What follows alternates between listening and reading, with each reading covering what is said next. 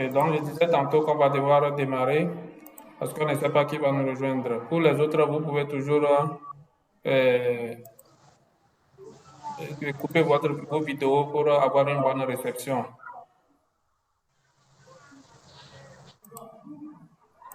Ok.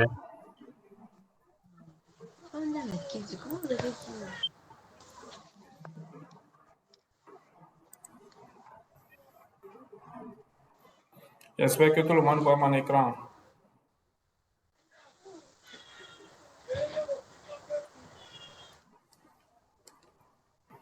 Vous voyez mon écran? Oui, oui. Ok. Donc, aujourd'hui, nous avons décidé vous entretenir sur les principes de base du marketing.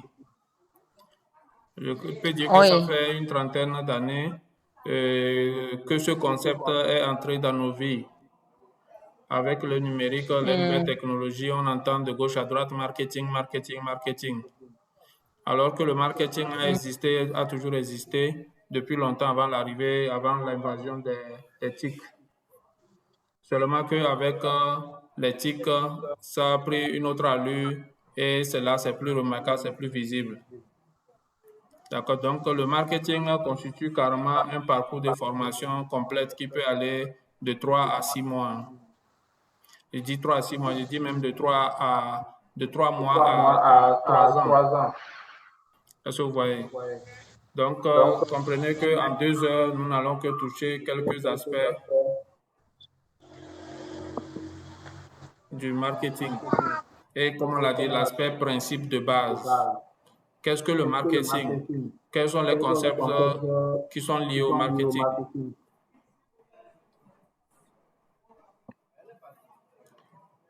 Et quels sont vraiment les principes de base qu'on doit appliquer pour réussir cette partie clé ou cette démarche clé dans la création et la croissance de nos entreprises. Et puis, j'allais dire aussi que le marketing seulement ne s'applique pas en entreprise, mais ça s'applique dans nos vies personnelles ou professionnelles. Donc, nous l'utilisons inconsciemment, mais nous allons apprendre à partir de maintenant à l'utiliser consciemment. Dans la recherche de nos partenaires de vie, dans la recherche d'un emploi ou dans la recherche d'une entreprise à créer, nous avons besoin du marketing.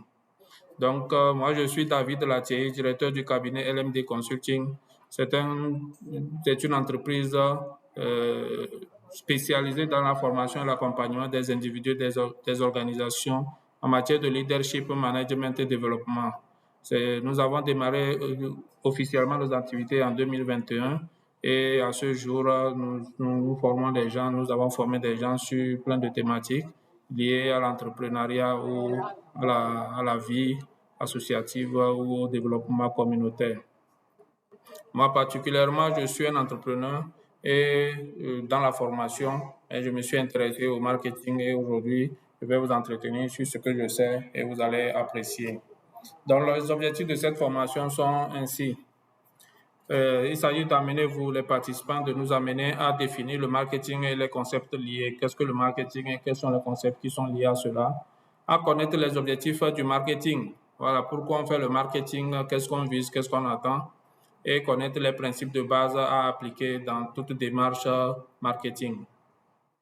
J'espère que jusque-là, vous m'entendez clairement.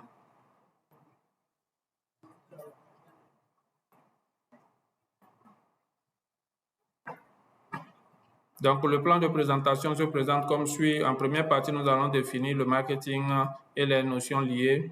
Ensuite, connaître les objectifs du marketing. Et en troisième partie, les principes de base du marketing. Si je suis trop rapide, n'hésitez pas à me faire signe, à m'écrire dans le chat ou à me faire signe de ralentir un peu. Parce qu'il m'arrive de parler assez rapidement des fois.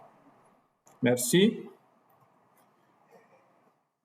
J'espère que vous me recevez. Je veux bien m'assurer avant de nous lancer.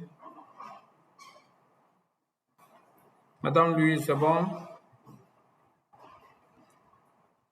Monsieur David, Monsieur Alexandre, c'est bon pour vous? Ça peut aller? Oui, c'est bon, c'est bon. Ok, merci beaucoup. Oui, ça peut aller. Donc, nous allons commencer par la définition du marketing. Qu'est-ce que le marketing? À ce niveau, nous allons définir sur deux aspects. Le premier aspect, le marketing se définit comme l'ensemble des activités et de techniques visant à identifier les besoins et les désirs des consommateurs de manière rentable. Voilà une première définition, un premier aspect du marketing qui consiste à identifier les besoins et les désirs des consommateurs de manière rentable. C'est-à-dire, il s'agit de voir ce dont les clients, les consommateurs ont besoin ou ce qu'ils désirent pour qui va nous être rentable. Parce que vous voyez, donc la notion de rentabilité est vraiment clé dans le marketing. Si on fait un marketing, on n'a pas de la rentabilité. Je ne sais pas pourquoi on le fait d'ailleurs. La rentabilité peut être en termes d'argent ou en termes d'opportunités. C'est l'ensemble d'activités et de techniques visant aussi à anticiper les besoins et les désirs des consommateurs de manière rentable. Et c'est l'ensemble des activités et de techniques visant à les satisfaire. Ça, voilà trois notions clés, trois concepts clés ou trois aspects clés du marketing. Identifier les besoins et les désirs des consommateurs de manière rentable. Anticiper les besoins et les désirs des consommateurs de manière rentable et satisfaire les besoins et les désirs des consommateurs de manière rentable. Voilà un peu la démarche du marketing, ce que ça veut, là où ça veut arriver. C'est que sur quoi ces éléments de base. Est-ce que vous voyez? Donc, si nous reprenons cette définition, vous voyez un peu, identifier, anticiper et satisfaire. Comment nous allons identifier les besoins et les désirs des consommateurs? Ça rentre dans les activités du marketing. Comment nous allons les anticiper? Anticiper veut dire que prévoir, savoir d'avance ce qui peut arriver dans un an, dans 3 mois, dans un an, dans 6 mois, dans 6 ans ou dans plusieurs années. Et aujourd'hui, nous avons pour ambition de vraiment anticiper ces besoins-là, au risque de voir notre entreprise mourir. Est-ce que vous voyez? Donc, il faut comprendre, certainement, nous allons faire cette formation sur le cycle de vie d'un produit ou le cycle de vie d'une entreprise pour que vous voyez un peu ce concept-là. Donc, le concept d'identification, d'anticipation nous demande, nous exige un travail permanent de collecte d'informations, d'analyse d'informations et de propositions, c'est-à-dire de pouvoir trouver des solutions et répondre aux éléments qu'on aura trouvés dans l'analyse des données qu'on aura récoltées. C'est vrai que pour cette formation, on ne va pas parler des systèmes de collecte des données, on aura l'occasion plus tard. Maintenant, satisfaire. C'est quoi satisfaire? Nous allons voir ça aussi au cours de cette formation, ce que ça veut dire satisfaire les besoins et les désirs des consommateurs de manière rentable. S'il n'y a pas la rentabilité, directement, nous allons trouver que l'activité n'est pas rentable. C'est ce que n'importe quel entrepreneur peut dire. Est-ce que vous voyez? Donc, aujourd'hui, comprenons que nous, en tant qu'entrepreneurs, quand nous créons une entreprise, on vise une rentabilité. La rentabilité peut être en termes d'argent, en termes d'opportunités, en termes de profit ou en termes d'avantages de quelque nature que ce soit. Est-ce que vous voyez? Donc, nous avons pour mission, nous, en tant qu'entrepreneurs, de pouvoir identifier, anticiper, satisfaire les besoins des consommateurs de manière rentable. L'autre aspect de la définition du marketing, ça veut dire le marketing englobe toutes les actions entreprises par une entreprise pour promouvoir ses produits ou services sur le marché. Voilà encore une autre définition du marketing. Promouvoir les produits ou services sur le marché. Distribuer ces produits ou services sur le marché et vendre ces produits ou services sur le marché. Je vous donne quelques minutes pour vraiment réfléchir sur ces trois notions. Promouvoir, distribuer et vendre.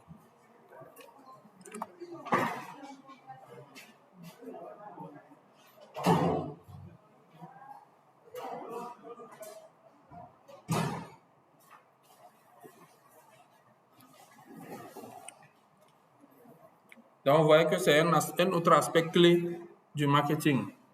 En première partie, nous avons vu comment identifier les activités concernant à identifier à anticiper et à satisfaire les besoins des consommateurs. Maintenant, nous sommes sur l'autre aspect qui est de promouvoir, de distribuer et de vendre ces produits sur le marché. Si on analyse bien, nous allons voir qu'il y a un aspect à l'entrée ou bien au début et un autre aspect maintenant lorsqu'on démarre notre stratégie marketing. Qu'est-ce que ça veut dire promouvoir nos produits? Promouvoir, ça donne promotion. Promotion, ça donne publicité. Ça donne de vanter, de faire connaître le produit, de bien parler du produit, de pouvoir mettre le produit en avant, comment j'allais dire, de le présenter sous tous ses meilleurs aspects afin que ça puisse attirer la clientèle cible. Donc, ça aussi, c'est du marketing. Promouvoir ses produits ou services sur le marché. Donc, toutes les actions entreprises par une entreprise pour promouvoir un produit ou un service sur le marché, c'est du marketing. Maintenant, reste à savoir est-ce que c'est un bon marketing ou c'est un mauvais marketing ou est-ce qu'on a des résultats qu'on veut. Tout ça, là, c'est l'analyse des données collectées qui vont nous le permettre de le savoir. Distribuer ces produits et services sur le marché, c'est de rendre accessible le produit ou le service.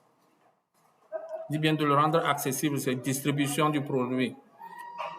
Si je prends mon cas, dans mon cas, je n'ai pas de produit, je n'ai que des services. Mon service, c'est la formation. Et la manière de de distribuer cette formation, actuellement, je utilise la version en ligne. C'est une manière de distribuer mon service. Il y a la manière en présentiel, qui est aussi une manière de distribuer mon service. Maintenant, si on va analyser à fond, on va voir que je distribue mon service en ligne à travers Google Meet. Je peux le distribuer à travers Zoom. Je peux le distribuer à travers une vidéo préenregistrée que je mets sur mon compte YouTube ou sur Facebook. Est-ce que vous voyez? Maintenant, dans distribuer, il y a aussi distribuer avant tout les formations. Nous allons voir ça aussi dans les canaux de distribution de nos produits ou services. C'est pas si vous voyez. Donc, on aura aussi certainement cette formation sur comment distribuer ces produits. Dans les canaux de distribution, la première étape concerne l'information. Et aujourd'hui, l'information, le canal que j'utilise principalement, c'est WhatsApp, Facebook et YouTube. Vendre. Vendre, c'est l'échange. C'est l'échange. C'est-à-dire que je donne ce que le client veut et je prends aussi ce que je veux, qui est en termes d'argent. Est-ce que vous voyez? Donc, si vous savez promouvoir votre produit, vous savez le distribuer, vous devez trouver aussi une manière de vendre. À tous les niveaux, à tous ces trois niveaux, il y a des stratégies qu'on peut aussi adopter pour se démarquer de la concurrence. Vendre, c'est l'échange. Comme on vient de dire, c'est l'échange entre le vendeur et l'acheteur. Si je vous donne accès à mon produit, je dois aussi vous faciliter l'accès pour moi aussi à obtenir l'argent de mon produit ou de mon service. Est-ce que vous voyez? Donc, l'aspect de vendre aussi peut aussi donner lieu à une stratégie marketing. C'est pourquoi nous mettons cela. Je ne sais pas si on se fait comprendre. Donc, dans la vente, dans la stratégie de vente, on peut utiliser la manière numérique où on fait des transferts monétaires, où on peut utiliser par des intermédiaires comme des versements bancaires ou des virements bancaires. On peut utiliser par le face-à-face. On peut utiliser aussi le face-à-face où on échange le produit et l'argent.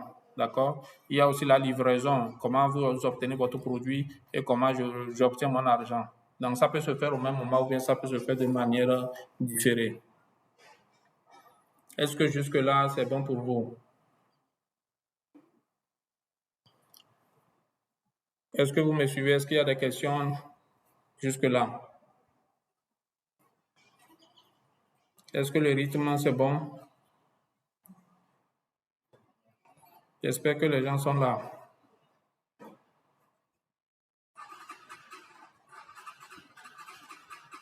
Madame Faustine, vous me suivez?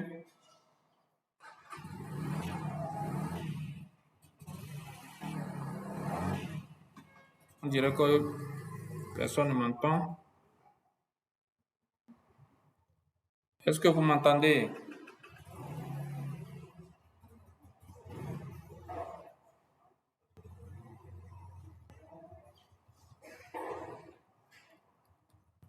Allô?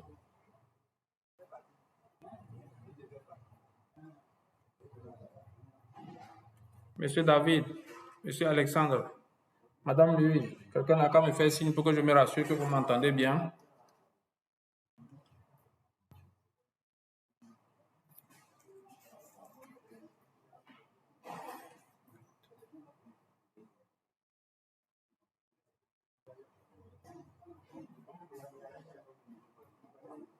Allô?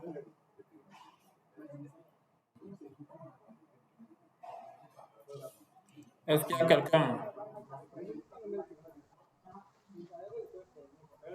Quelqu'un m'entend?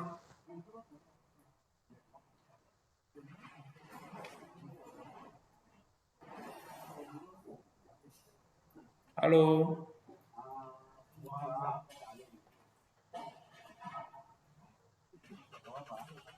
C'est bizarre. Est-ce que quelqu'un m'entend?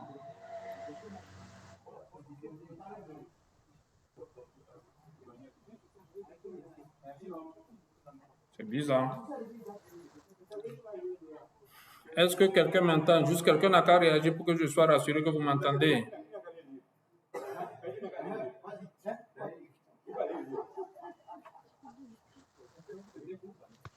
Mais il vient. Allô, Madame Fafine.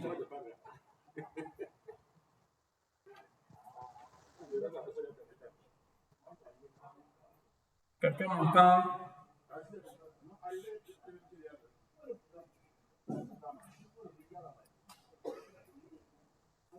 Ok. Donc, nous venons de définir ce que c'est que le marketing.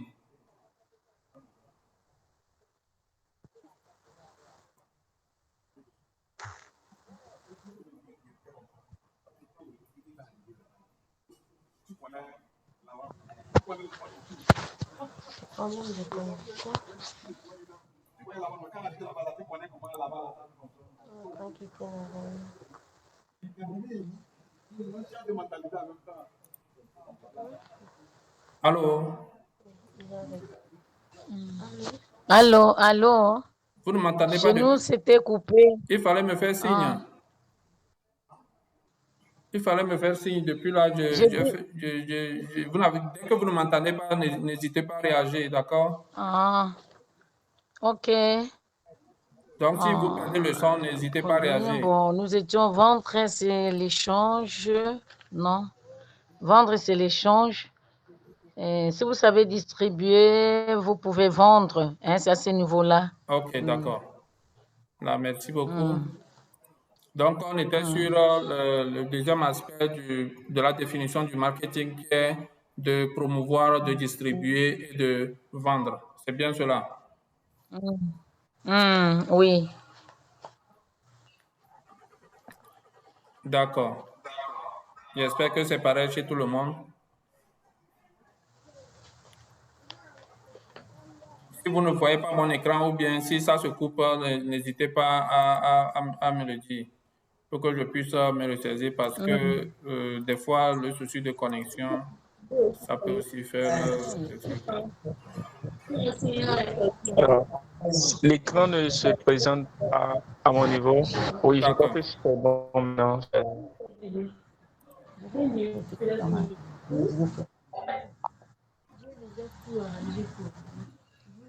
Donc, je parlais tout à l'heure de la deuxième définition de l'autre aspect de la définition du marketing qui concerne les actions entreprises par une entreprise pour promouvoir, distribuer et vendre ses produits ou ses services sur le marché. Est-ce que jusque-là, vous avez des questions? Bon, jusque-là, non. Sinon, ça va. D'accord, merci. Donc, voilà un peu les deux aspects de la définition du marketing. Le premier aspect, le marketing, c'est l'ensemble des activités visant à identifier, anticiper et satisfaire les besoins et les désirs de nos consommateurs de manière rentable. L'autre aspect, c'est les actions entreprises pour promouvoir, distribuer et vendre nos produits et services sur le marché. J'aimerais que vous reteniez vraiment grandement ces deux aspects de la définition du marketing. identifier, anticiper et satisfaire les besoins et désirs des consommateurs de manière durable. Et l'autre aspect, c'est de promouvoir, distribuer et vendre nos produits et services sur le marché. Donc, nous allons ici quelques concepts liés au marketing que nous avons mentionnés dans l'autre définition, besoin, désir et demande. C'est vrai qu'on allait parler aussi de produits et services, mais je sais que vous avez déjà une idée. Un produit, c'est un bien palpable et un service, c'est juste comment on va dire ça, une prestation. Une prestation que nous faisons à une personne ou à une organisation. Qu'est-ce qu'un besoin, qu'est-ce que le désir et qu'est-ce que la demande? Ces trois concepts sont intrinsèquement liés au marketing. On ne peut pas parler de marketing sans besoin, désir et demande. Ce sont des éléments qui vont nous aider, les facteurs qui vont nous aider à vraiment définir une stratégie marketing pour notre entreprise. Qu'est-ce qu'un besoin? Tout le monde connaît besoin. Ou bien? Les besoins sont des sensations de manque. Les sensations de manque, c'est une sensation de manque qui est généralement vitale pour un individu, pour l'être humain, si on peut dire ainsi. Cette passion se fait comprendre. Donc, un besoin est une sensation de manque ressentie par un individu. Il représente une exigence fondamentale, voire vitale, qui doit être satisfaite pour atteindre un état de bien-être. Ça, c'est le besoin. Donc, en se référant à cette définition, on sent que les besoins, ce n'est pas nous qui les choisissons. Les besoins, on est avec, en tout cas, une bonne partie. C'est vrai que certains besoins naissent avec notre vie en société et l'évolution de notre monde. Mais d'emblée, il faut comprendre que le besoin, c'est quelque chose qui est vital. On ne peut pas s'en passer. On peut se passer d'un désir, mais on ne peut pas se passer d'un besoin parce que le fait de s'en passer risque de créer un déséquilibre à notre niveau. Donc, c'est pourquoi on dit que c'est une exigence fondamentale, voire vitale, qui doit être satisfaite pour atteindre un état de bien-être. Les besoins sont limités. Voilà. Au niveau des besoins, c'est vrai, la société moderne a érigé certains désirs en besoins. Mais les besoins, les vrais besoins, les besoins fondamentaux de l'être humain sont limités. On peut les compter, on peut en lister totalement. Par contre, le désir, avant de voir le désir, nous allons voir les différents niveaux de besoins. L'être humain est un être de besoins. Et comme je dis, déjà qu'on est, on a des besoins vitaux, des besoins primaires que nous appelons des besoins physiologiques. Ça, c'est les besoins du corps. Se nourrir, c'est-à-dire que manger, boire, dormir, faire ses besoins, se couvrir. Ça, c'est les besoins du corps. Notre besoin donc se soigner, notre besoin de cela. Ça, c'est les besoins physiologiques. Vous allez voir à la base, elles sont les personnes qui ont ces besoins sont la majorité des êtres humains. Ça c'est la majorité. Tous les êtres humains sont à ce niveau d'abord, au niveau de ces besoins physiologiques. Ensuite viennent les besoins de sécurité. Les besoins de sécurité. Quand on a réussi à satisfaire nos besoins physiologiques, on essaie d'évoluer vers les besoins de sécurité. On se soucie maintenant des besoins de sécurité. Vous imaginez quand on n'a pas quelqu'un a son micro allumé.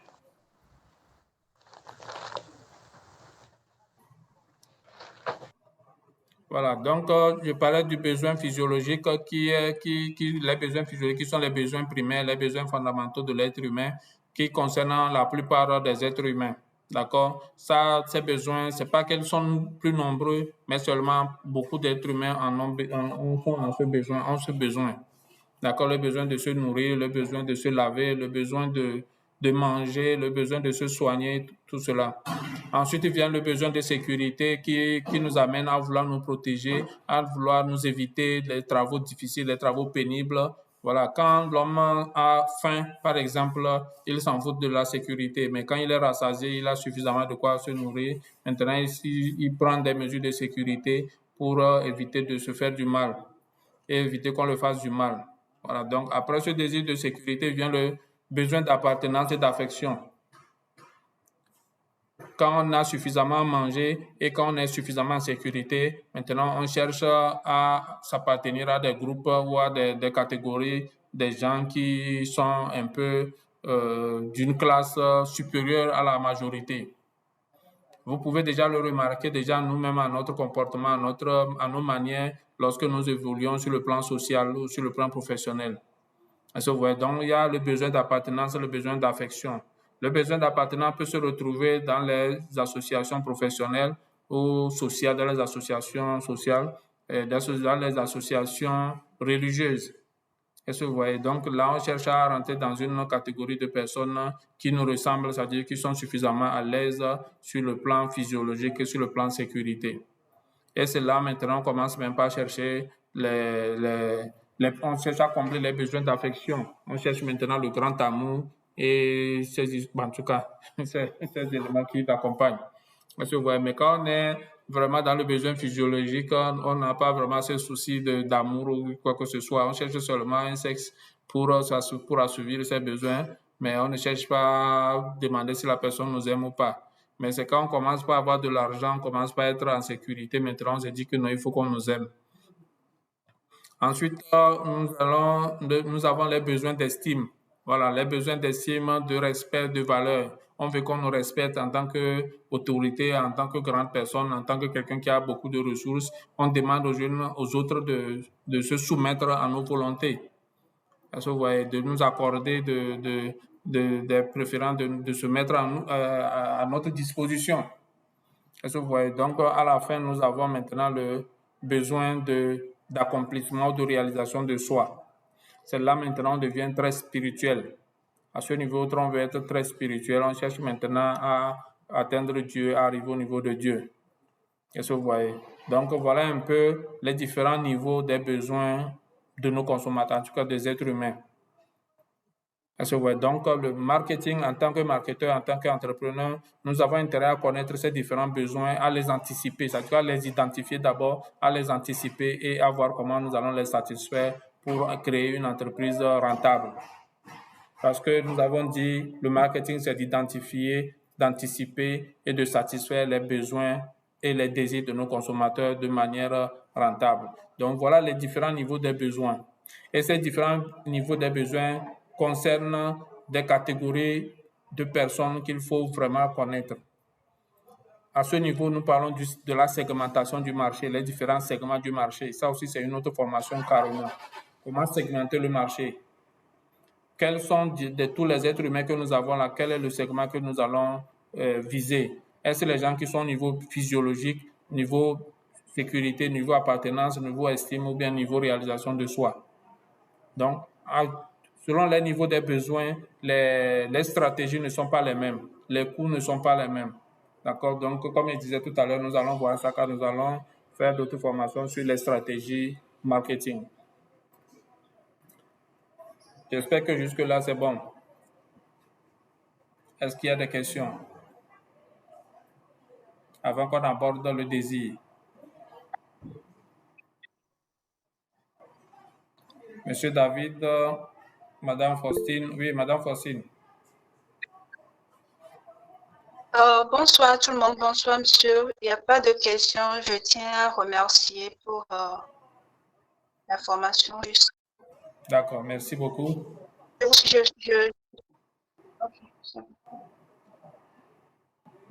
C'est bon? OK. Nous allons parler maintenant... Oui, c'est bon, monsieur. D'accord. Nous allons parler maintenant de désir. Qu'est-ce qu'un désir? C'est des mots que nous entendons tous les jours et nous avons au moins quelques idées là-dessus. Le désir, c'est une inclination. une volonté intense de posséder, d'expérimenter, de réaliser quelque chose qui va au-delà des besoins fondamentaux. Le désir n'est pas vital. C'est-à-dire que le désir n'est pas... Si on ne satisfait pas un désir, on ne risque rien sur notre santé ou notre vie. Par contre, un besoin, quand on rate, on s'abstient d'un besoin, on risque ou bien on peut avoir des problèmes sur notre santé ou notre vie. Alors que le désir, c'est juste une désinclination, c'est juste une inclination, une volonté intense que les marketeurs, le marketing nous donne. C'est des activations ou des influences du marketing qui nous font naître les désirs. Donc, comme on dit tout à l'heure, c'est contrairement aux besoins qui sont des exigences fondamentales pour atteindre un état de satisfaction, les désirs sont souvent influencés par des facteurs culturels, sociaux et individuels. Quelqu'un va dire tout à l'heure que j'ai envie d'aller à la plage. Aller à la plage, c'est un désir, ce n'est pas un besoin. Nous qui sommes loin de la plage, là, est-ce qu'on ne vit pas? Ou bien depuis qu'on est né, on n'a pas été à la plage, là, est-ce qu'on ne vit pas? Est-ce que vous voyez? Mais déjà, avec ce désir, quelqu'un peut entreprendre de longs voyages et dépenser de beaucoup d'argent juste pour satisfaire ce désir-là. Est-ce que vous voyez? Donc déjà, ça, il faut comprendre que les désirs aujourd'hui sont plus puissants et même s'érigent en besoins. Et ça, c'est grâce aux facteurs culturels, sociaux et individuels.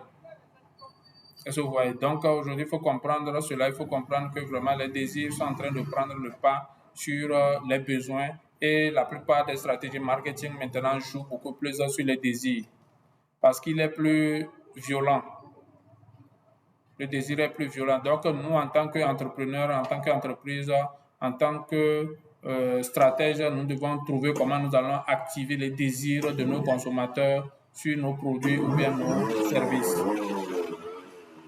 Je ne sais pas si vous comprenez. Donc, c'est très important pour nous de pouvoir distinguer ces concepts de besoin et de désir.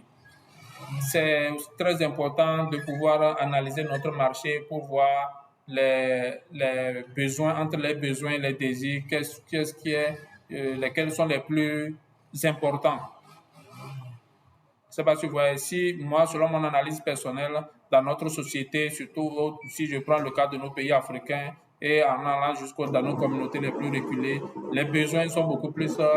il y a plus de besoins que de désirs.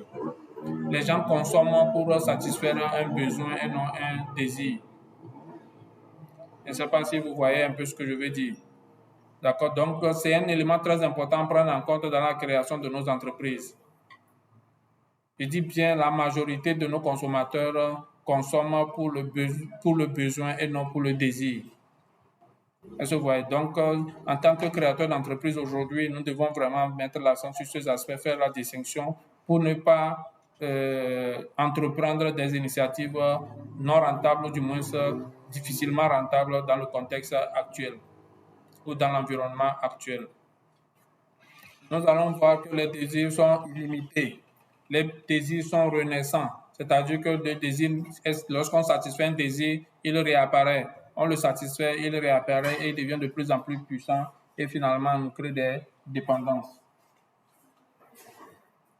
Voilà, donc nous avons intérêt à vraiment distinguer ces deux concepts qui vont nous aider. Et cette distinction va vraiment nous aider à pouvoir créer une entreprise viable et rentable. Nous allons voir ici quelques types et exemples de désirs. Nous avons les désirs de possession matérielle qui sont les plus grands, les plus nombreux. Désirs de possession matérielle. Acheter un portable, avoir une télé, avoir une moto, avoir un partenaire, avoir ceci, avoir cela, avoir. Les désirs de possession matérielle, c'est les plus récurrents, c'est les plus nombreux, c'est ça vraiment qui nous influence plus grandement. Tout le monde veut posséder. Tout le monde veut posséder, tout le monde veut avoir. On a les désirs d'expérience. Faire ceci, faire cela. voyager, découvrir, connaître. Voilà, c'est tout dans le sens de faire une expérience personnelle ou professionnelle. Je ne sais pas si vous voyez. Donc, le désir d'aller en boîte, le désir d'aller dans un bar, ça, c'est des expériences que nous répétons sans cesse juste pour satisfaire nos désirs. Ce que je viens de dire tout à l'heure, les désirs sont illimités parce que une fois qu'on arrive à les satisfaire, ils vont apparaître encore de manière plus intense et surtout, ils vont nous créer de la dépendance. Désir de statut social. Être ceci, être cela. Être ceci et être cela, le désir de statut social. Tout le monde veut évoluer. Tout le monde veut évoluer. On est subalterne aujourd'hui, on veut devenir chef demain. On a un petit emploi aujourd'hui, on dit que c'est petit, on veut avoir un grand emploi demain. Voilà. On est membre, on veut devenir président. Je ne sais pas si vous voyez, président d'une organisation, quoi. Est-ce que vous voyez? Donc, ça, c'est le désir des statuts sociaux, de statut social. Voilà, donc ça, c'est aussi des désirs qui nous influencent grandement et qui nous créent vraiment des problèmes de nos jours. Le désir d'esthétique, beau, belle. Beau, être belle, être bien regardé, bien admiré. Ça nous amène à acheter de belles tenues, des tenues qui coûtent cher, on veut se valoriser. Ça amène à acheter des parfums pour se sentir bien, pour que les gens nous sentent bien. Le désir de belles maisons pour pouvoir que les gens trouvent que nous avons réussi. C'est-à-dire que vous voyez un peu le désir d'esthétique, de paraître beau, belle en face de certaines personnes. Et ça aussi, on dépense beaucoup d'argent pour ça. Parce qu'avoir les tenues, les parfums, tout ce que nous mettons sur notre corps pour pouvoir être bien vu. Même jusqu'au savon qu'on utilise pour se laver, on veut quelque chose de qualité. Désir de réalisation personnelle. Désir de réalisation personnelle, ça c'est des désirs qui apparaissent nouvellement. Ça veut dire que ça c'est des niveaux de conscience qu'on veut atteindre. Ça c'est des niveaux de conscience qu'on veut atteindre. On veut à un moment donné se dire supérieur aux autres par rapport à la manière dont nous sommes. Ça, ce n'est pas lié à l'extérieur, mais c'est beaucoup plus à l'intérieur. On veut influencer les autres par ce que nous sommes à l'intérieur. Donc ça, c'est les désirs de réalisation personnelle. C'est-à-dire que personnellement, j'ai décidé que je vais faire ceci, je vais faire cela pour pouvoir me satisfaire. C'est les désirs. Avant, je ne le faisais pas, j'étais à l'aise. Mais maintenant que le désir est né, je suis mal à l'aise. Je trouve que je dois pouvoir satisfaire ce désir pour pouvoir être libre, épanoui ou surtout heureux. Ça rentre dans le bonheur surtout. Donc, les désirs visent beaucoup plus le bonheur, alors que les besoins sont beaucoup plus sur la survie. Je ne sais pas si vous voyez. Les désirs sont orientés bonheur. Les besoins sont orientés survivre. OK. Qu'est-ce que la demande? Ou bien quelqu'un a une question par rapport au désir?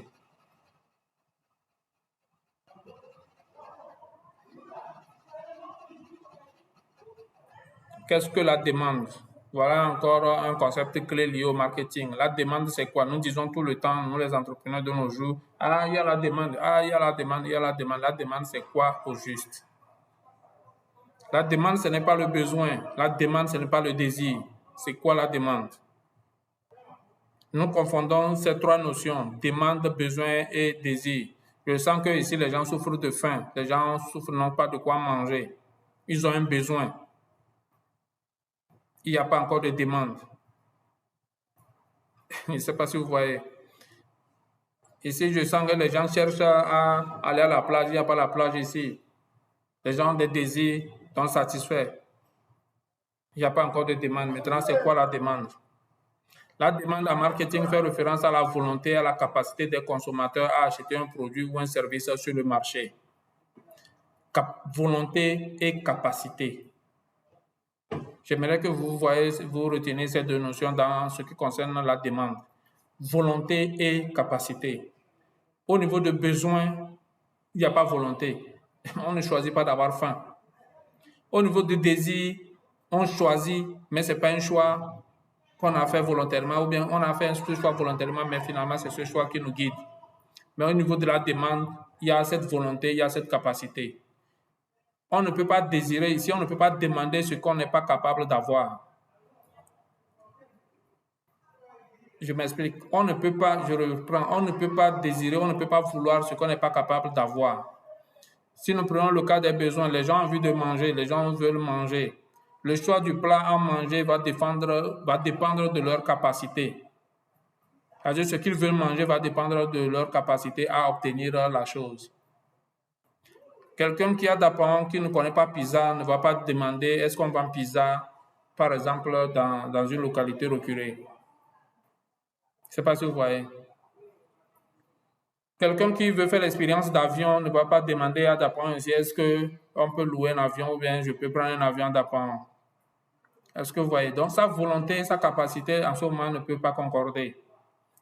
Ce qu'on veut, ce qu'on est capable d'avoir, on ne peut pas on doit aller de pair pour qu'on puisse parler de demande sur le marché.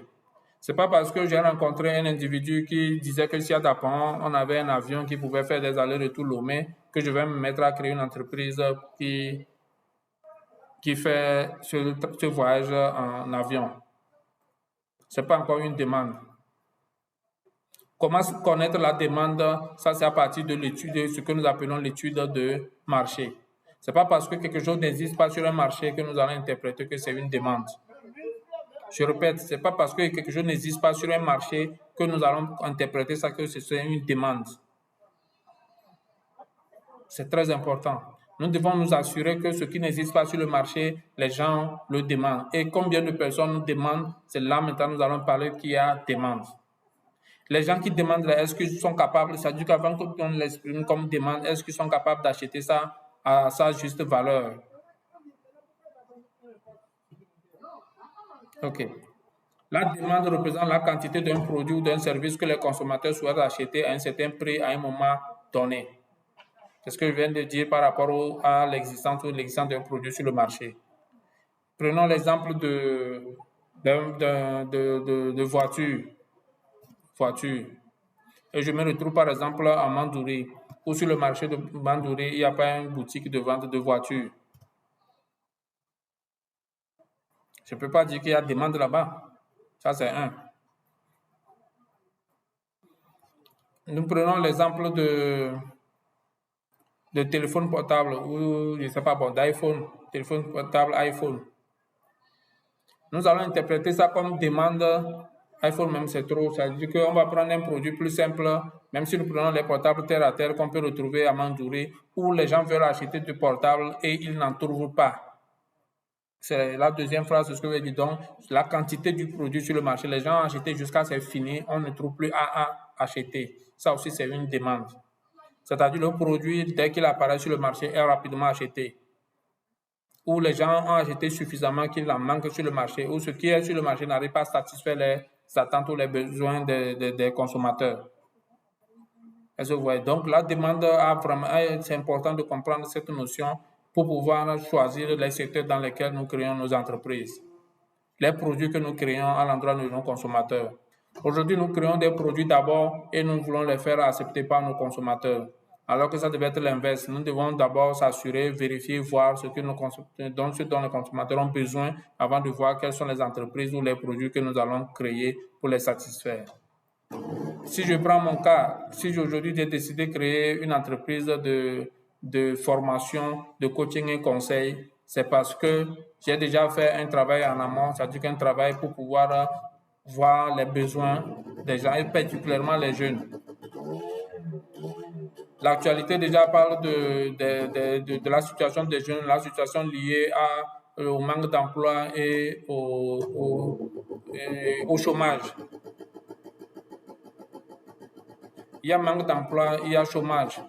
Les jeunes n'ont pas de capacité pour avoir de l'emploi. Donc, c'est déjà il y a 5 ans que j'ai eu cette idée et je me suis dit, ça devait être bien de m'orienter vers ce service pour les jeunes et pour les organisations. Pour les jeunes, actuellement, je ne vais pas raconter le cas de mon entreprise, mais c'est juste pour vous dire un peu la démarche qu'il faut adopter dans la création d'un produit ou d'un service à mettre sur un marché. C'est la demande qui nous confirme qu'il y a vraiment ce marché. Comprendre la demande permet aux entreprises de déterminer la taille du marché potentiel, d'identifier les besoins des consommateurs, de fixer les prix de manière appropriée, de développer des stratégies de produits, de prendre des décisions en matière de distribution et de communication. Ça, c'est l'étape finale. On dit comprendre la demande permet aux entreprises de déterminer la taille du marché potentiel. La taille du marché revient à voir le nombre de personnes ou d'individus ou catégories d'individus qui en ont besoin et à quelle fréquence, pendant combien de temps. Je dis bien à quelle fréquence, pendant combien de temps. Parce qu'aujourd'hui, vous allez vous rendre compte que 1000 personnes ont besoin de votre produit. Mais dès qu'ils vont l'acheter, ils en auront besoin peut-être après 3 ans ou après 5 ans. Est-ce que vous voyez? Ça, c'est, on dit la taille du marché potentiel, déterminer la taille du marché potentiel et de voir comment ça se développe. Si aujourd'hui vous décidez de créer une entreprise à coût de millions pour un produit dont les gens auront besoin une fois sur 3 ans, une fois sur 5 ans, vous imaginez ce que ça va représenter pour vous.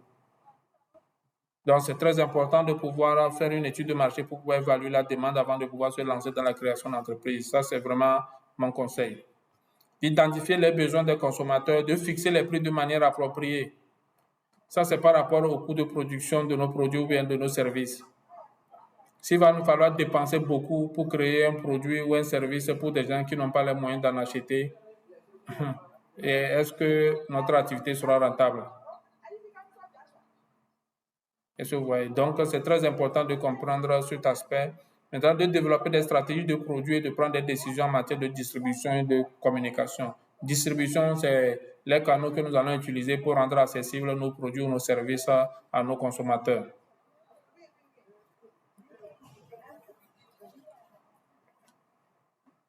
La demande est influencée par un certain nombre d'éléments. La demande sur le marché est influencée par un certain nombre d'éléments que nous allons voir. Quels sont les facteurs qui influencent la demande sur le marché? Le revenu des consommateurs. J'aurais aimé que cette formation se passe en présentiel pour que je vous pose un certain nombre de questions. Le revenu des consommateurs, c'est-à-dire le pouvoir d'achat des consommateurs. Tu veux créer un produit où les gens vont dépenser peut-être 30 000 pour l'acheter, peut-être 2 fois dans le mois. Et quand tu imagines, entre-temps où le SMIC était à 35 000, où la majorité, ou même le salaire le plus élevé, le salaire moyen, c'est dans les 60 000, 90 000, je ne sais pas. Donc, vous voyez un peu déjà ça. Quand tu veux mettre un produit sur le marché ou un service, tu dois pouvoir avoir une idée d'avance sur le revenu des consommateurs pour voir leur capacité à acheter le produit à sa juste valeur. Dans le cas contraire, tu vas créer le produit et ils auront du mal à acheter. C'est ce qui arrive si souvent à nos produits locaux. Nos produits locaux sont bien, on veut les acheter, mais généralement, ce qui arrive, les produits sont à un prix que, par rapport à la concurrence, c'est plus élevé. Et aujourd'hui, on a du mal à vendre et on est obligé de supplier nos populations à consommer local. Les tendances du marché. Quelles sont les tendances? Les tendances, c'est les orientations, les fluctuations. Les orientations, les fluctuations. Quelle est la tendance actuelle? Si on prend notre marché, par exemple le marché, nos marchés de façon générale, la tendance, c'est beaucoup plus sur les produits importés, la consommation des produits importés, les produits de première nécessité, c'est ce que les gens préfèrent consommer. Je vois. Donc, si vous savez ça, vous voulez créer votre produit ou service et vous ne tenez pas compte de cet aspect, vous allez créer un produit qui ne répond pas aux tendances du marché ou qui est en déphasage ou en décalage avec les tendances du marché, ce qui va vous coûter cher pour pouvoir vous implanter et obtenir, en tout cas en obtenant les clients nécessaires pour rentabiliser votre activité. Il faut prendre en compte aussi les préférences des consommateurs. Qui sont vos consommateurs? J'espère que vous avez fait ce travail d'avance pour connaître vos consommateurs. Généralement, nous traitons tout le monde de consommateur alors que tout le monde n'est pas consommateur. On a les consommateurs, il y a 2 catégories, ou je peux dire 3 catégories de consommateurs. Il y a les consommateurs, c'est-à-dire les consommateurs qui doivent utiliser ou consommer votre produit, qui peuvent être acheteurs ou non acheteurs. Il y a le consommateur acheteur, c'est lui qui achète. Et c'est normalement souvent eux qu'on appelle des clients. Et voyez, donc, il faut vraiment distinguer les différentes catégories de consommateurs. Il y a les consommateurs, d'autres catégories de consommateurs qui sont des gens qui doivent amener d'autres personnes à consommer cela. Ça, on appelle ça des prescripteurs, les consommateurs prescripteurs. C'est eux qui disent ce que les autres doivent consommer. C'est un peu ça, quoi.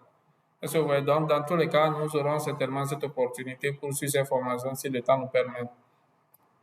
Nous avons les facteurs démographiques, les conditions économiques, les changements sociaux et culturels, la concurrence, les promotions et les campagnes de marketing. Voilà les différents facteurs qui influencent la demande sur le marché.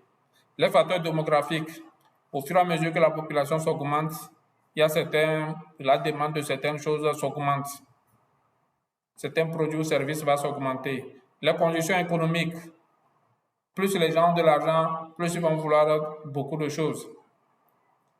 Moins ils ont l'argent, moins ils vont vouloir consommer. Les changements sociaux et culturels. Lorsqu'il y a des crises, les gens préfèrent consommer certaines choses et laisser d'autres. La concurrence, voilà. La concurrence peut nous imposer certaines choses sur le marché. Un concurrent peut venir avec un nouveau produit qui n'existait pas ou un produit concurrent qui est beaucoup mieux que le produit qui était sur le marché et va carrément orienter la demande vers ce secteur-là. Vous voyez. Donc, c'est très, très important de pouvoir connaître ces facteurs et de les prendre en compte dans l'étude du marché. Les promotions, la campagne marketing, qu'est-ce que nos concurrents font? Voilà, quelle est la tendance actuelle? Quelle est les promotions qu'on a? Et si comprenez promotion dans le sens des stratégies pour faire connaître les avantages compétitifs d'un produit, la valeur d'un produit. Ne voyez pas promotion comme les stratégies qu'on utilise pour vendre la bière et autres là. Non. Donc, les promotions, les campagnes de marketing influencent beaucoup la demande sur le marché. Au fur et à mesure que nous faisons la promotion d'un produit, quand une certaine catégorie de produits est vraiment promue, certaines catégories commencent par baisser. La demande de certaines catégories commence par baisser. Donc, nous, en tant qu'entrepreneurs, nous avons intérêt à pouvoir connaître ces facteurs et de voir aussi comment nous pouvons les gérer pour faire face en tout cas pour pouvoir satisfaire les besoins de nos consommateurs. Quels sont les différents types de demandes? Les demandes primaires, demandes générales pour une catégorie de produits.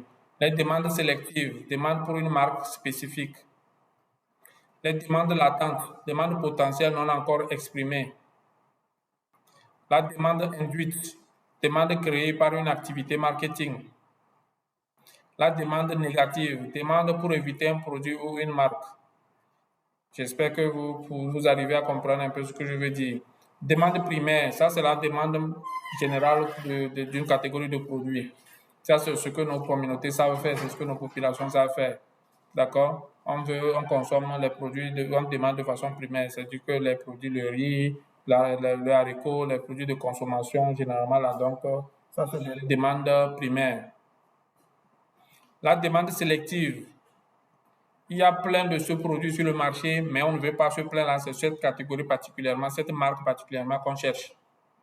Nous allons prendre l'exemple des riches qui utilisent les portables. Vous allez voir qu'il y a certains qui ne cherchent pas n'importe quel portable. On cherche peut-être Itel ou bien Techno ou bien ceci. Donc là, si on voit qu'on peut avoir la demande de portable Itel seulement. Ça, c'est ce qu'on appelle la demande sélective. Il y a plein de portables, il y a plein de marques de portables, mais on ne veut pas n'importe quel portable, mais on veut cette catégorie spécialement. Ça existe sur tous les produits, toutes les catégories de produits. Avec une étude de marché bien élaborée, on peut détecter, on peut reconnaître cette demande sélective et voir comment on peut orienter cela. La demande induite. Induite, demande créée par une activité marketing.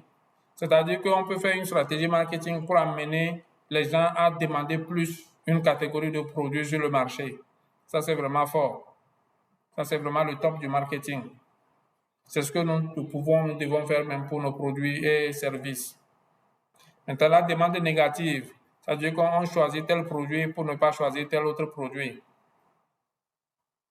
J'utilise peut-être Move pour ne pas consommer, pour ne pas utiliser Togocel par exemple, parce que je n'ai que ce choix. Est-ce que j'ai besoin d'utiliser ça? C'est un exemple un peu chose quand même, mais j'ai besoin des mégas, je dois utiliser les mégas, mais je n'ai que 2 choix. Je n'utilise pas Move parce que j'aime Move, mais c'est parce que Togocel m'a énervé que je vais aller utiliser Move maintenant, à partir de maintenant. Ça, c'est la demande négative. La compréhension de la demande en marketing est essentielle pour cibler les bonnes audiences, ajuster les stratégies de marketing, créer des offres attrayantes et atteindre les objectifs commerciaux. Les entreprises doivent continuellement surveiller et analyser la demande afin de rester compétitives sur le marché et de satisfaire les besoins changeants des consommateurs. Ils ont bien précisé les besoins changeants des consommateurs. Les consommateurs sont changés, les besoins des consommateurs changent tout le temps. Vous allez voir sur les 3 notions que nous venons de voir, le besoin, le désir et la demande. La demande est vraiment l'élément essentiel. Nous n'allons pas construire notre entreprise sur les besoins des gens. Nous n'allons pas créer notre entreprise sur les désirs des gens, mais nous allons créer notre entreprise en tenant compte de la demande. Et la demande peut être orientée désir ou bien peut être orientée besoin. Qu'est-ce que vous en pensez?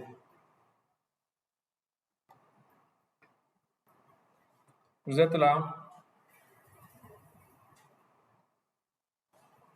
Quelqu'un me suit? Oui, on vous suit, monsieur. Merci beaucoup, Madame Faustine. Et vous n'avez pas de questions?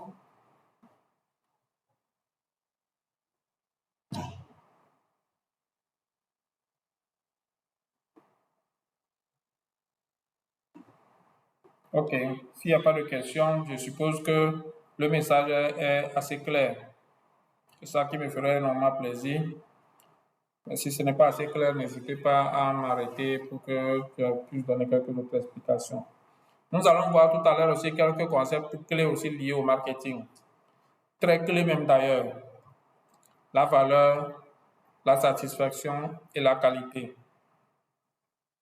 Ce qui est extraordinaire, c'est des mots, des expressions que nous utilisons tous les jours. Qu'est-ce que la valeur d'un produit? Qu'est-ce que la satisfaction d'un client? Et quelle est la qualité d'un produit? C'est quoi la qualité quand on parle d'un produit?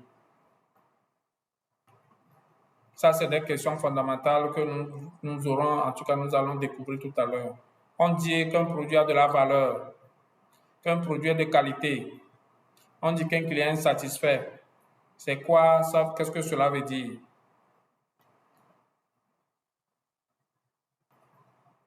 C'est quoi la valeur d'un produit?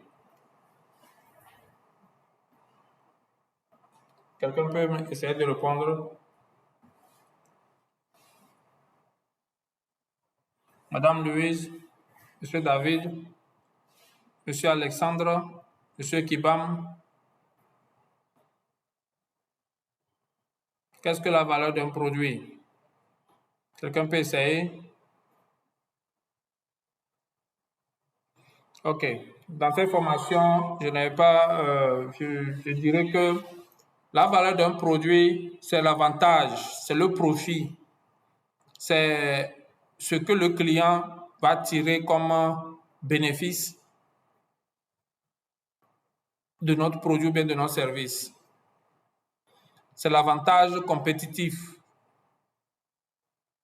C'est la différence ou l'élément clé que le client recherche dans la consommation de notre produit ou bien de notre service. La valeur n'est pas le produit. Je rappelle une chose, la valeur n'est pas le produit. Un produit est un produit et un produit a de la valeur aux yeux des consommateurs lorsque ces consommateurs sont satisfaits. Ils diront que ce produit a de la valeur. Et lorsque le produit a de la valeur et les consommateurs sont satisfaits de cette valeur, ils vont dire que le produit est de qualité. Je ne sais pas si vous voyez le lien. Un produit n'est jamais de qualité d'avance. C'est vrai qu'on peut mettre qualité. Si on se permet de mettre qualité, c'est parce que les clients, ceux qui l'ont consommé premièrement, ont trouvé satisfaction. Maintenant, c'est quoi la satisfaction pour un client?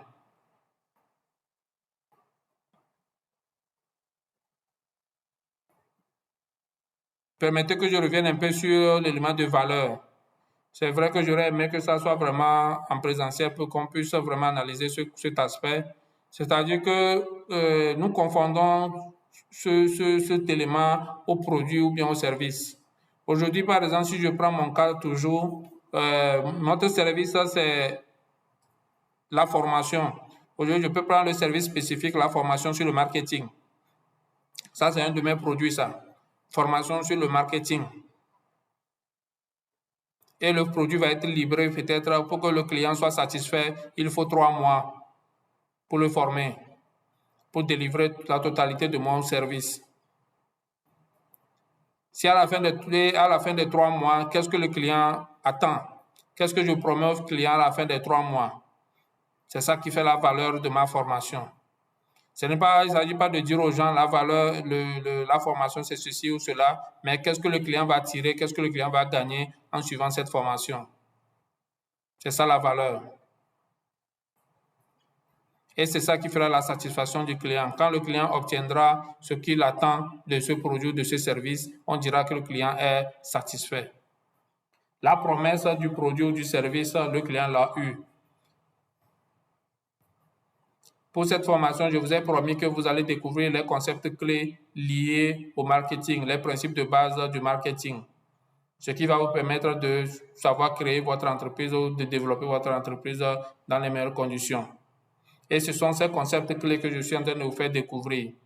La définition du marketing, les concepts clés liés aux besoins, produits, besoins, services, qu'est-ce que je raconte? Besoins, désirs et demandes. Et nous sommes en train de voir maintenant la valeur, la satisfaction, la qualité.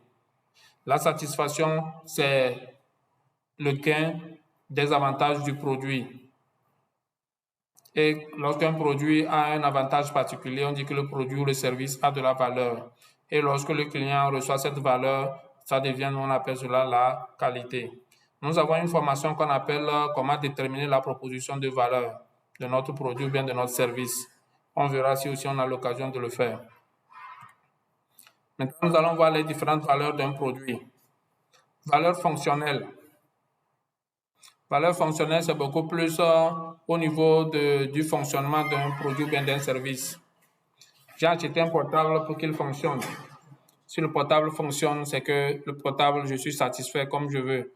Dans la fonction première que je veux de ce portable, peut-être je veux que la caméra soit nette. On m'a dit que telle marque de tel portable, c'est que la caméra est nette. Lorsque j'achète le portable et la caméra est nette, je dirais que je suis satisfait. J'ai acheté cette moto parce qu'on m'a dit que ça va plus vite. Parce qu'on m'a dit que ça consomme moins. Donc, lorsque j'achète la moto et j'obtiens vraiment cette satisfaction et ces résultats, je dirais que voilà, le produit est de qualité. Donc, c'est la valeur fonctionnelle. La valeur émotionnelle. La valeur émotionnelle fait allusion aux attentes liées aux émotions en consommant, en achetant ou en utilisant un produit ou bien un service. Quels sont les éléments, les produits qui ont des valeurs émotionnelles? Qui créent des émotions? Qu'est-ce qu'on attend d'un produit? Ça va nous déclencher une émotion. On dit peut-être utilise ce parfum, tu vas te sentir bien. Utilise ce parfum, tu vas te sentir unique. Est-ce que vous voyez? Donc déjà ça, c'est ce que nous ressentons quand nous consommons ce produit, ce que nous vivons à l'intérieur de nous lorsque nous consommons ce produit ou bien ce service. Est-ce que vous voyez? Donc ça, on va dire que le produit a une valeur émotionnelle. Nous pouvons retrouver cela avec les bagues de mariage, par exemple. La bague en elle-même n'a pas de valeur. Mais quand on l'offre à quelqu'un et on fait une demande en mariage, voilà l'émotion, la valeur émotionnelle de cette bague qui est transférée à la personne. Vous voyez que la bague n'a pas de fonction en tant que telle. Ce n'est pas une valeur fonctionnelle. La bague ne crée pas l'émotion, mais déjà d'acheter une bague de mariage et de l'offrir à quelqu'un, ça va déclencher maintenant la valeur émotionnelle. Donc, les bagues de mariage, c'est beaucoup plus... Les robes de mariage, les fleurs, par exemple, ont des valeurs émotionnelles. Tu achètes une rose à une femme, elle va l'interpréter que c'est de l'amour. C'est la valeur émotionnelle. C'est pourquoi j'ai choisi cette couleur de rose ou bien cette catégorie de fleurs. Valeur sociale. Ça, c'est valeur dans la société. Ça, c'est par rapport aux choses que nous achetons. Au prix des choses que nous achetons surtout. Si tu portes un pagne de 1500, tu ne le diras pas. Mais si tout le monde sait que c'est le pagne de 100 000 que tu as acheté, tu vois que socialement, on va te considérer, même si tu n'as rien réellement. À la vue et au su de ce pagne ou bien de ce tissu ou bien de cette tenue qui coûte cher, les gens vont t'accorder de la valeur. On te dit que non, tu achètes ce pagne-là, n'importe où tu passeras, on t'accordera du respect. Valeur symbolique. Valeur symbolique. C'est lié à des symboles, c'est-à-dire que ça n'a pas, c'est une des représentations. C'est ce qui arrive souvent quand les gens achètent les tableaux. On dit que ce tableau a appartenu c'est Léonard de Vinci qui l'a peint et tu l'achètes. Et dès que tu l'achètes, ce tableau a une valeur symbolique parce qu'on a dit que c'est Léonard de Vinci. C'est comme aujourd'hui, on va dire que ce pagne-là, c'est le pagne qu'on a pris pour couvrir que peut-être un saint a porté. Déjà, cette valeur-là va faire que les gens vont l'acheter très cher. Cette valeur symbolique, le fait de dire que c'est un saint, tel saint qui l'a porté, allez, c'est fini. Et aujourd'hui, les gens utilisent toutes ces valeurs-là pour nous influencer. Il suffit qu'on nous dise que tout fan utilise ce portable ou bien cette marque, allez. Qu'on dise que c'est tel artiste qui l'utilise, ceci, allez. Est-ce que vous voyez? Donc, c'est un peu ça qu'on utilise pour influencer au-delà des valeurs fonctionnelles et de certains produits ou de certains services. Valeur économique. Valeur économique, comme on vient de dire, ça c'est la valeur qu'on connaît, ça c'est le prix, c'est lié au prix. C'est lié au prix. Il y a des choses qui ont de la valeur sur le plan économique, c'est-à-dire que ça coûte cher ou pas coûter cher, mais c'est-à-dire que ça a un prix, un vrai prix sur le marché. Est-ce que vous voyez? Donc, quand vous achetez ceci, par exemple, ça va vous rapporter de l'argent. Quand vous faites ceci, ça va vous faire rapporter de l'argent. C'est la valeur économique, valeur pour un produit, un service de nous faire gagner plus d'argent.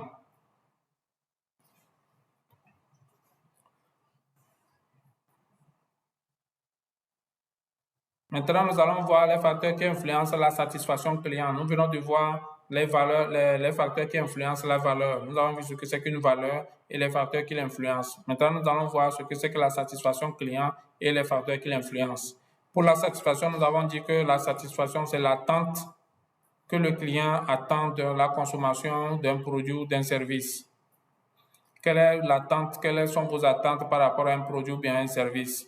C'est ce qu'on va appeler la satisfaction. Lorsque l'attente a été obtenue dans la consommation du produit ou service, nous allons dire que le client est satisfait. Donc, la satisfaction du client, c'est l'obtention ou l'obtention ou l'acquisition ou la réception de l'avantage promu par un produit ou un service. Et quels sont les facteurs qui l'influencent? C'est la performance du produit ou bien du service.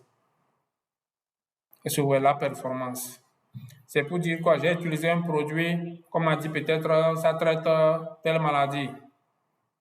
Je l'ai utilisé, je n'ai pas été satisfait, ça veut dire que la maladie n'est pas finie. Ou bien la maladie est finie, mais après 2 semaines.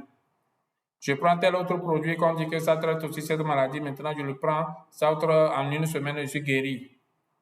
Est-ce que vous voyez, ça, c'est la performance du produit. La performance fait référence à la rapidité ou à l'efficacité, oui, rapidité, efficacité et l'efficience d'un produit.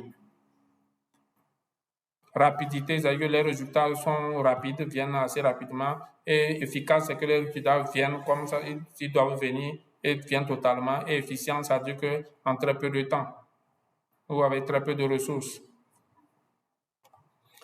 Le service client. Les clients peuvent être satisfaits par rapport à la manière dont le produit leur a été vendu. Le produit est plein sur le marché, mais les clients viennent chez toi parce que la manière dont tu le vends, la manière dont tu les accueilles, la manière dont tu les traites à acheter le produit, ça crée déjà une différence et c'est pour ça qu'ils viennent. C'est pourquoi on dit que c'est les facteurs qui influencent la satisfaction du client. Même si le produit, on dit que le produit est très bon, la satisfaction client peut faire même que le consommateur ne va même pas utiliser le produit ou bien ne va plus racheter.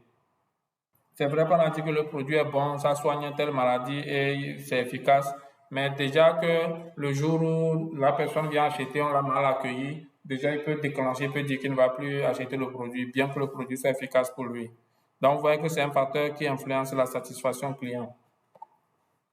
Les attentes du client. Les attentes.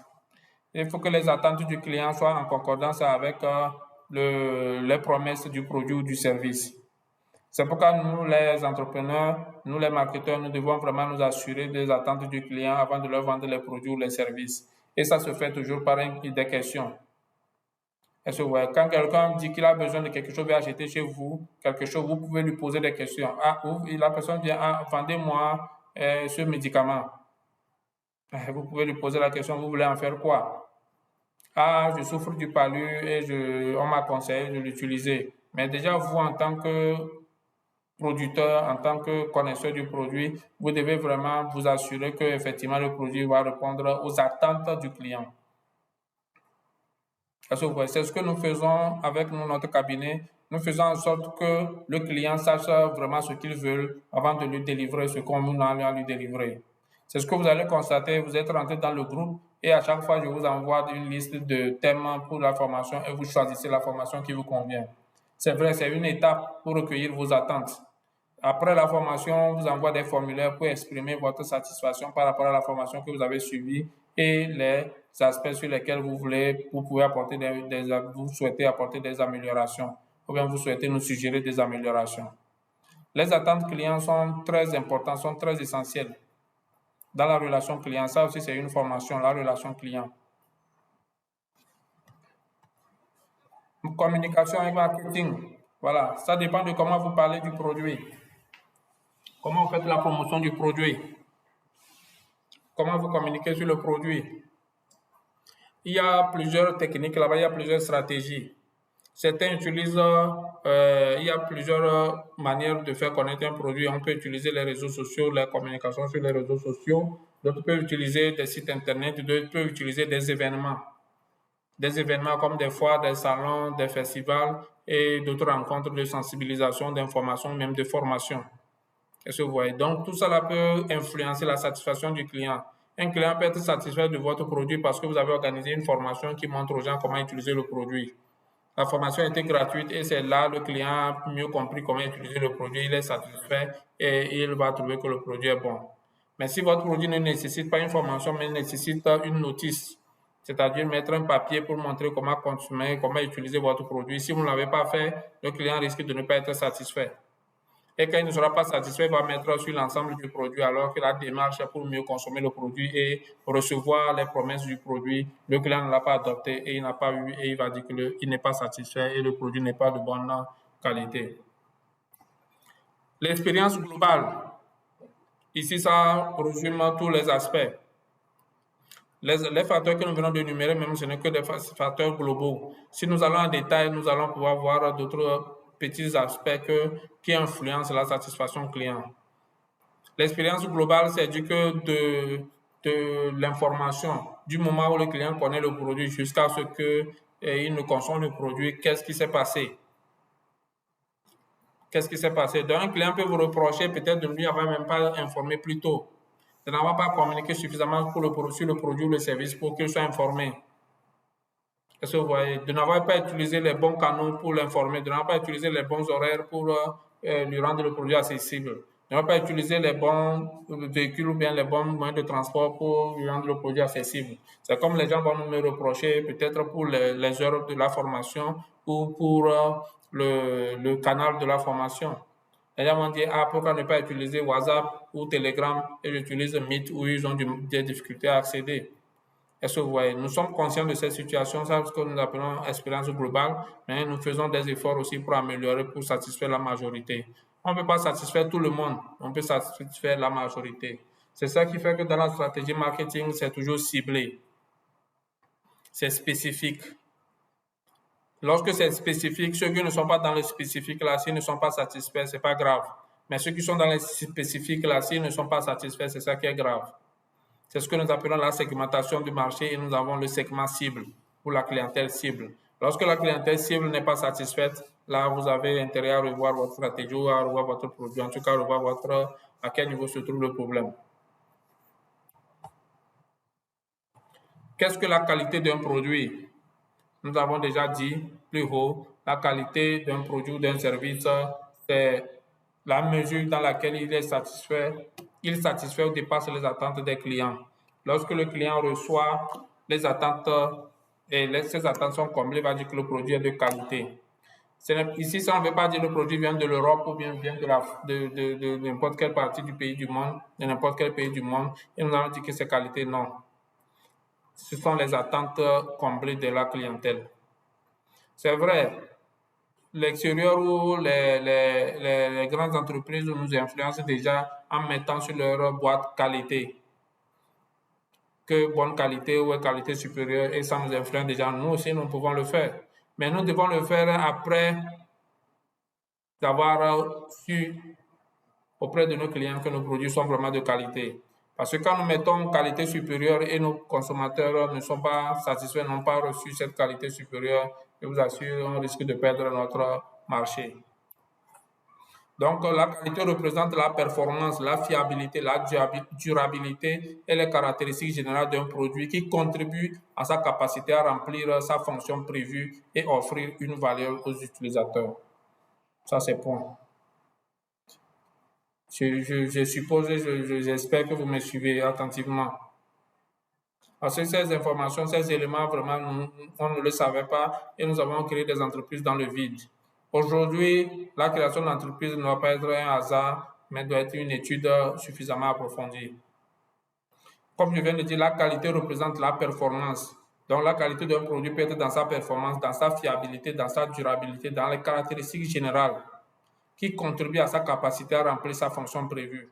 Donc, ici, c'est pour dire qu'un produit est de qualité lorsque ses promesses correspondent aux attentes de leurs clients, c'est-à-dire qu'ils arrivent à satisfaire les attentes de leur clientèle ou de leurs utilisateurs. On va dire maintenant que le produit a de la qualité, le produit est de qualité et a une valeur. Quelles sont les dimensions sur lesquelles la qualité est évaluée? Monsieur Kibam, ça avance? Vous nous suivez bien? Madame Louise, je vous ai plus senti un moment. J'espère que ce n'est pas trop rapide. Quelqu'un m'écoute quand même? OK. Monsieur, nous vous écoutons. Merci beaucoup, Madame Faustine. Quelles sont les dimensions sur lesquelles la qualité est évaluée? La performance, c'est ce qu'on vient de dire. La fiabilité, fiable. On peut avoir confiance, on peut s'y fier. La performance répond efficacement et de manière efficiente aux résultats promis. La durabilité. La durabilité, c'est-à-dire que la satisfaction est durable. J'ai pris ce médicament pour être guéri, je suis guéri et je ne suis plus tombé malade pendant un moment. mais je suis guéri, juste après, je retombe malade sur la même maladie. Ah, ce n'est pas durable. La conformité, ça c'est conforme aux attentes. C'est vraiment conforme aux attentes à ce niveau. L'esthétique, que ce soit beau, que ce soit beau, que ce soit beau, en tout cas ou belle. D'accord? Donc, c'est la présentation du produit ou bien du service. Comment vous présentez le produit? Est-ce que c'est beau? Est-ce que c'est joli? Même quand c'est un produit, il faut que le produit soit bien présenté.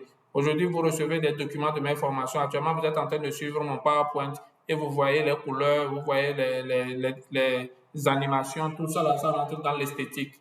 Si ça vous convainc, si ça vient, donc ce sont des éléments, des dimensions sur lesquelles on peut évaluer la qualité. Vous allez dire la formation est de qualité parce que les outils utilisés correspondent ou reflètent vraiment les attentes des participants.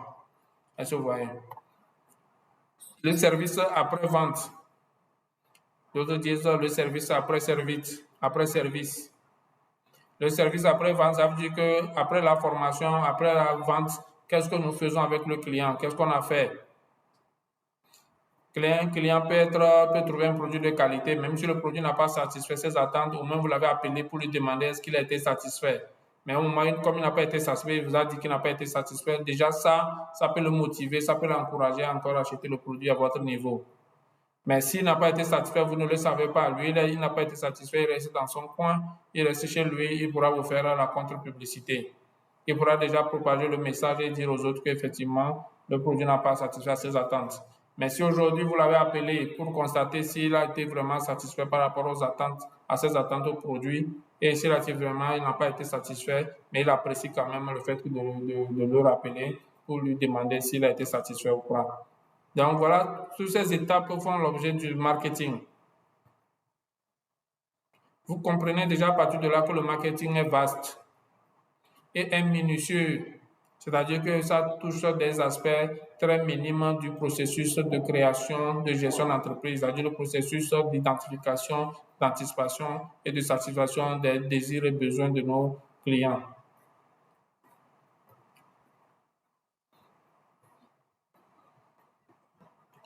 J'espère toujours que ça va. Nous allons aborder les objectifs du marketing. Pourquoi on fait du marketing? J'aurais aimé vous entendre sur cette question. Pourquoi faisons-nous du marketing? Pourquoi on doit faire du marketing? Ça, c'est les objectifs du marketing. Avant tout, c'est pour vendre. Augmentation des ventes. Une entreprise, c'est pour vendre. Vendre, c'est échanger un produit ou service contre de l'argent ou un autre produit ou service qui va l'avantager. Si votre objectif marketing n'est pas orienté augmentation des ventes, ça peut être orienté notoriété de la marque. Pourquoi on fait du marketing? C'est pour se faire connaître. Ça, c'est la notoriété. Et pas se faire connaître de n'importe quelle manière, se faire bien connaître. Se créer une réputation dans l'écosystème, sur le marché. Donc, on peut adopter une stratégie marketing, la stratégie marketing pour vendre et la stratégie marketing pour augmenter la notoriété de la marque, ce n'est pas la même chose. Si vos objectifs marketing ne sont pas clairement définis, vous aurez du mal à affiner votre stratégie. Vous risquez de ne pas atteindre ces objectifs. Donc, si vous cherchez à augmenter vos ventes, la stratégie que vous allez adopter, c'est différent. Si vous cherchez à augmenter la réputation de vos produits ou services sur le marché, la communication aussi est différente. L'une peut toujours passer avant l'autre. On peut commencer par augmenter la notoriété de la marque avant d'arriver à la vente, c'est-à-dire à l'augmentation des ventes. L'augmentation des ventes, c'est beaucoup plus pour les produits qui sont déjà sur le marché, qui sont mis sur le marché et qu'on veut augmenter leur marge. Mais la notoriété des marques, c'est beaucoup plus pour des nouveaux produits ou nouveaux services qu'on veut faire connaître aux produits, aux utilisateurs, aux consommateurs. Acquisition de clients. Acquérir de nouveaux clients, acquérir des clients. C'est un objectif aussi. Fidéliser les clients. La fidélisation des clients. C'est un objectif marketing. Expansion géographique. Ça veut dire développer son marché. c'est couvrir d'autres secteurs, d'autres marchés qui ne sont pas couverts avant. Amélioration de la satisfaction client. Augmentation du trafic en ligne. Une stratégie marketing. Le marketing se définit ou se déploie sur un objectif. Et voilà quelques objectifs que nous venons de vous énumérer. Augmenter les ventes, faire connaître la marque ou le produit, acquérir de nouveaux clients, fidéliser les anciens clients, développer son entreprise sur le plan géographique, améliorer la satisfaction client et augmentation du trafic en ligne. Ça, c'est votre objectif premier. L'objectif premier que vous définissez, ça va vous donner les informations sur les objectifs opérationnels qu'il faut adopter ou objectifs spécifiques. Nous venons maintenant au principe de base du marketing. J'aurais aimé recevoir des questions de votre part quand même, mais j'espère que vous les entassez pour la fin. Quels sont les principes de base du marketing? Le thème précis de cette formation. Les principes, ça veut dire quoi? C'est un peu comme des règles. Des règlements, quoi. C'est un peu comme des exigences. Des choses à ne pas contourner, ou bien ne pas négliger, ou bien ne pas oublier du tout. Orientation vers le client. Le client est au centre de la stratégie marketing. Tout ce qu'on fait dans le marketing, c'est pour l'orientation, c'est orienté vers le client. Le client est au début et à la fin de la stratégie marketing.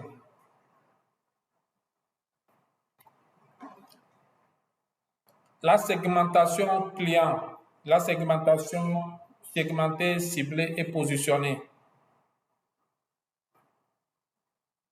Vous êtes orienté sur le client. Quels sont vos clients cibles? Quels sont vos clients cibles? C'est ce que nous appelons segmenter. Vos clients, là, vous devez les faire par catégorie, par de petites catégories.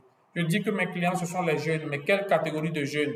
Les jeunes sans emploi. Quelle catégorie de jeunes sans emploi? Les jeunes ayant un diplôme universitaire sans emploi. Quelle catégorie de jeunes universitaires ayant un diplôme sans emploi? Les jeunes qui ont eu des diplômés qui sont sans emploi pendant 2 ou 3 ans, ou bien qui viennent de sortir. C'est-à-dire que tout doit être précis.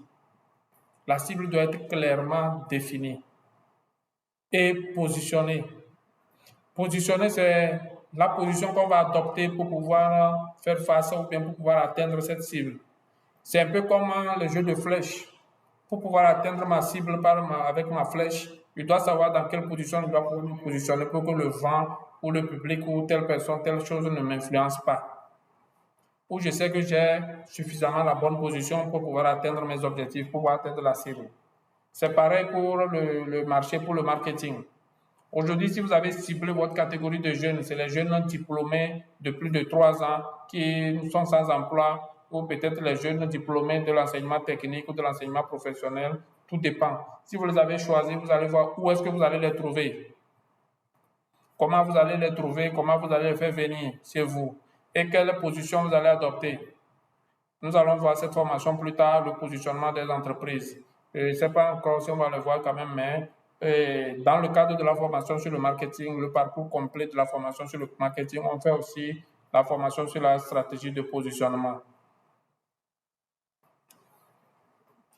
Le marketing mixte ou les 4 P. Promotion, place, qu'est-ce que je raconte? Produit, prix, promotion et place.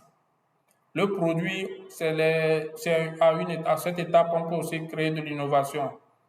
On peut aussi se distinguer de la concurrence. Avec ça, on peut adopter une stratégie produit et un marketing du produit. Après le produit, nous avons le prix. Il y a le marketing du prix. Après le marketing du prix, il y a le marketing de promotion. Comment faire connaître le produit? Il y a aussi un marketing pour ça. Après le marketing de promotion, on a le marketing de place, les canaux de distribution. Est-ce que vous voyez? Donc, ça, c'est ce qu'on appelle les 4 P. Nous avons d'autres l'ont étendu jusqu'au 7 P, où nous ajoutons la preuve, nous ajoutons le personnel. Est-ce que vous voyez? Donc, il y a ces éléments qui s'ajoutent au marketing. que nous pouvons découvrir plus tard. C'est-à-dire qu'il y a le personnel, le processus et la preuve. L'analyse du marché. On ne peut pas faire le marketing sans analyser le marché. Le marketing, c'est le marché. Je crois que c'est ce que les Anglais voulaient nous dire. Market, c'est le marché. Donc, c'est marketing, là, c'est un peu comme faire le marché. C'est comme analyser le marché. Il n'y a pas un moment, comme on dit, qu'on a arrêté de faire le marketing. Non. L'analyse du marché est fondamentale. C'est un principe de base du marketing. On ne peut pas faire le marketing dans l'aveuglette, dans le flou, dans la masse, comme ça, on ne peut pas viser dans le tas. La relation client. Ça, c'est encore un nouveau concept qu'on doit introduire, la relation client. Un client n'est pas un électron libre. Il doit pouvoir se rattacher à quelqu'un, à une entreprise. Aujourd'hui, nous sommes des clients pour des entreprises. Mais quelles relations ils entretiennent avec nous? Très peu d'organisations, de structures le font. Aujourd'hui, vous êtes, je peux dire, vous êtes mes clients et la relation client que j'ai avec vous pour le moment, c'est à travers le WhatsApp. Maintenant, en dehors de WhatsApp, il y a aussi le coaching, il y a les entretiens individuels que nous faisons pour vous satisfaire. Si vous avez des questions, vous pouvez m'inboxer et je vous réponds. C'est une relation client. Comment je vous considère, comment je traite avec vous. Parce qu'avant, les entreprises, quand on vend un produit, un service à quelqu'un, c'est fini. On ne se demande pas si la personne est là ou la personne existe ou pas. Mais déjà aujourd'hui, nous avons des stratégies pour garder la relation client. C'est là nous créons des groupes WhatsApp. Nous prenons des contacts, nous échangeons avec nos clients sur nos produits ou bien sur nos services pour recueillir toujours leurs attentes. La mesure et l'évaluation. Le marketing, ce n'est pas quelqu'un qui parle. Quelqu'un ne réfléchit pas dans l'air, c'est les données qui parlent. C'est les informations recueillies qui parlent seules. L'analyse, la collecte, le traitement et l'analyse des données, qu'on appelle les data analysts, c'est aussi une formation spéciale pour savoir lire, recueillir d'abord, c'est-à-dire collecter les informations de marketing, les traiter, les analyser et dresser un rapport. Donc, la mesure et l'évaluation de la stratégie marketing est importante et ça se fait avec les informations. Si nous avons dit que notre stratégie marketing, c'est d'augmenter nos ventes de 50%, il y a des données, c'est les données qui vont nous dire que c'est 50%. Et nous allons définir les indicateurs qu'on appelle des KPI. C'est-à-dire que c'est en anglais pour dire des Key Performance Indicators. C'est-à-dire que les indicateurs de performance, les indicateurs clés de performance. Donc, en tant que marketeur, nous devons savoir comment définir les indicateurs, comment les mesurer et comment savoir si on les a atteints ou pas. Et comment interpréter les résultats que nous avons obtenus, qu'on ait atteint ou pas nos objectifs. L'adaptabilité et l'innovation. Voilà. Le marketing vise beaucoup plus l'adaptabilité et l'innovation. C'est-à-dire que chaque jour, chaque heure, chaque moment, nous devons être en contact avec nos clients pour recevoir les informations et améliorer constamment nos produits ou services. Un client a acheté nos produits, il a dit que non, l'emballage n'était pas bien. Notre client dit, on voit que sur nos 100 clients, 75% ont trouvé que l'emballage n'était pas bien. Nous changeons. C'est ce qu'on appelle adaptabilité. Nous faisons l'étude du marché, nous voyons que nos marchés, notre produit est en baisse, la consommation de nos produits est en baisse, nos clients sont en train de décrocher. On voit qu'il y a un nouveau concurrent qui est venu avec le même produit, mais avec un prix différent. Nous devons innover. Comment nous allons produire toujours le même produit à un coût réduit et pouvoir vendre au meilleur prix de la concurrence. L'innovation. Donc, l'objectif final du marketing, c'est de pouvoir innover, s'adapter au marché et pouvoir se pérenniser. Donc, vous comprenez qu'une entreprise qui ne fait pas du marketing est vouée carrément à mourir, quoi. Si vous voyez un peu. Donc, nous-mêmes, les êtres humains, nous sommes dans cette stratégie marketing. Nous le faisons tous les jours, mais nous ne le sentons pas. C'est cette façon de s'adapter aux circonstances actuelles. Nous cherchons à avoir de meilleurs emplois, nous cherchons à avoir ceci pour avoir de meilleurs revenus parce qu'on sait que la vie devient de plus en plus dure, de plus en plus chère. Il faut avoir plus d'argent pour pouvoir faire face. Et quand on a de l'argent aussi, ce dans quoi nous investissons aussi, tout ça fait partie de l'innovation et de l'adaptation. Donc, nous devons innover, quel que soit en tout cas nos domaines, que ce soit le domaine personnel, professionnel ou organisationnel, on a intérêt à innover.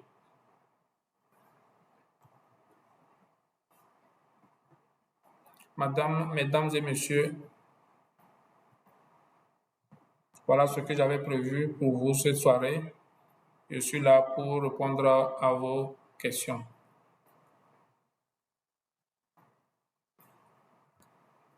Vous pouvez ouvrir vos micros.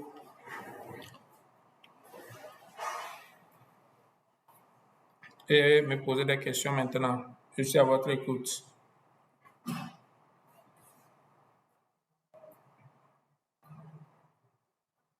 Madame Faustine, Madame Louise, Monsieur Kibam,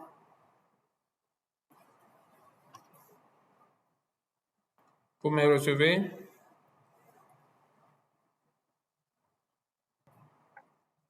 Oui, monsieur, nous vous recevons. Maintenant, vous pouvez ouvrir vos micros, je vous écoute. Je vais vous écouter maintenant.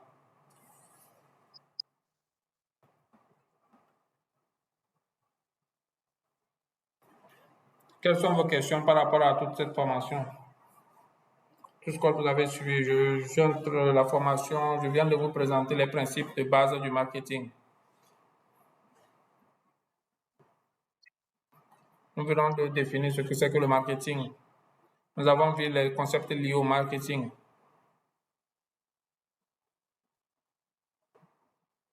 Est-ce que vous avez des questions? Madame Louise, Monsieur Kibam,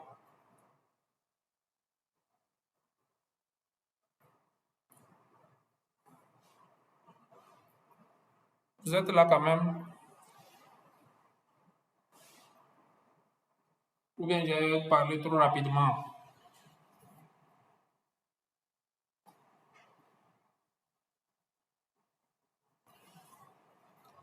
Allô?